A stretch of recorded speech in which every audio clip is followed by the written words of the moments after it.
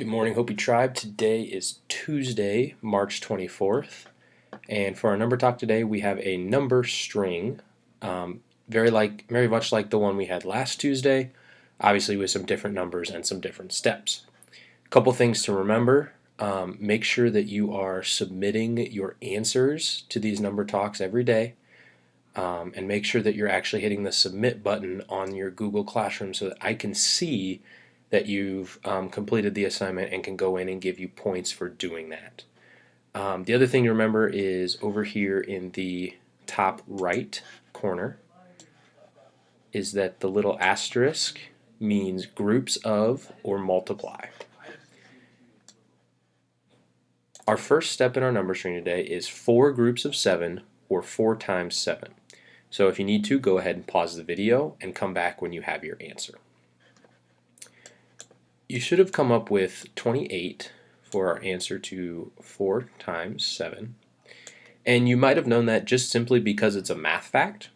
You might have said to yourself, I can add up 7 4 times. Or you might have said, I know 7 times 2 is 14, and if I double that, I get 28, which is my answer.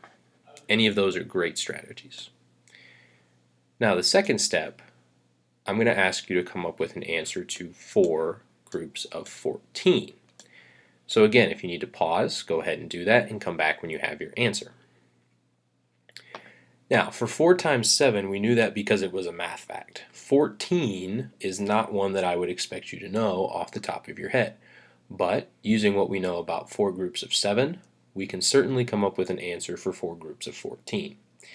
If you look at the factors, or the numbers that we're multiplying, okay, 4 stays the same in both problems, but 7 gets twice as large by turning into 14.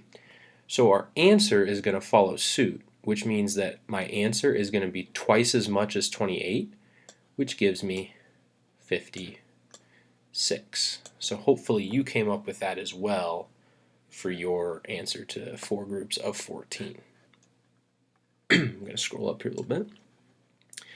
Now, for the next one, okay, we need to figure out what changed in our factors. Well, 14 we see stays the same, but 4 changes, and it changes by a factor of 10, which means that it gets 10 times bigger than what it was. 4 times 10 gets me 40. So go ahead and pause the video here and come up with your answer to 40 groups of 14. Now, we know that 4 times 14 is 56. We also know that 4 times 10 is 40. So what that means is that our answer is going to be 10 times bigger than our answer in the previous step, or 10 times bigger than 56. So when we multiply 56 times 10, we get 560. Now take a look at this next one here. Okay, we still have 14 as one of our factors, but now instead of 40, we have 44. So pause the video and come up with your answer, and then come on back. Now I need to think about what's the difference here between 40 and 44, between 40 and 44. What I see is that 44 is 40 plus an additional 4. Well, we know what 40 groups of 14 is, and we know what 4 groups of 14 is. So to find our answer to 44 groups of 14, all we have to do is add our answers from the previous 2 steps. So when I add 56 and 560, I get 616. Remember, always use the information we have to get to where we're trying to go. By using 4 groups of 14 and 40 groups of 14, I'm able to find 44 groups of 14 mentally in my head. Now here's your last one. Okay, this is what you're going to submit for your Google Classroom submission for today. 444 times 140.